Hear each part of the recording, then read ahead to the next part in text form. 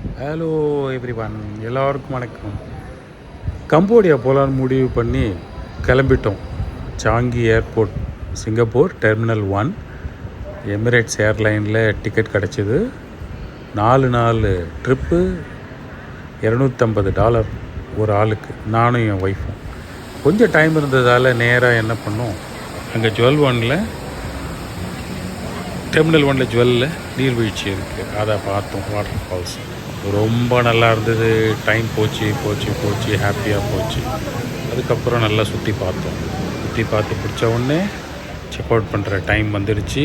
அதனால் அங்கேருந்து கொஞ்சமாக நகர்ந்து அந்த ஷாப்பிங் மால் எல்லாத்தையும் பார்த்துட்டு நேராக எங்களோட டெர்மினலை நோக்கி நடந்து வந்தோம். இந்த கம்போடியா ஒரு 2 மணி நேரம், இங்கே இருந்து சிங்கப்பூர்லேருந்து கம்போடியா 2 மணி நேரம்.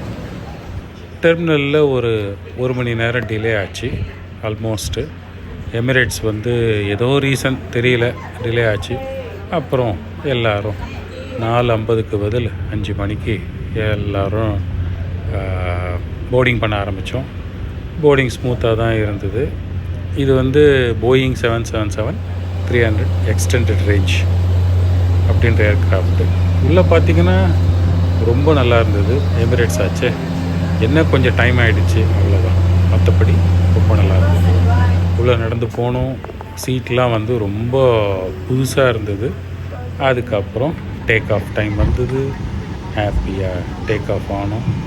டேக் ஆஃப் ஆகிறதுக்கு முன்னாடி எங்களுக்கெல்லாம் அனௌன்ஸ்மெண்ட் சொன்னாங்க, ஆல் வெல் அண்ட் குட்னு. அதுக்கப்புறம் கம்போடியாவில் போயிட்டு இறங்கணும்.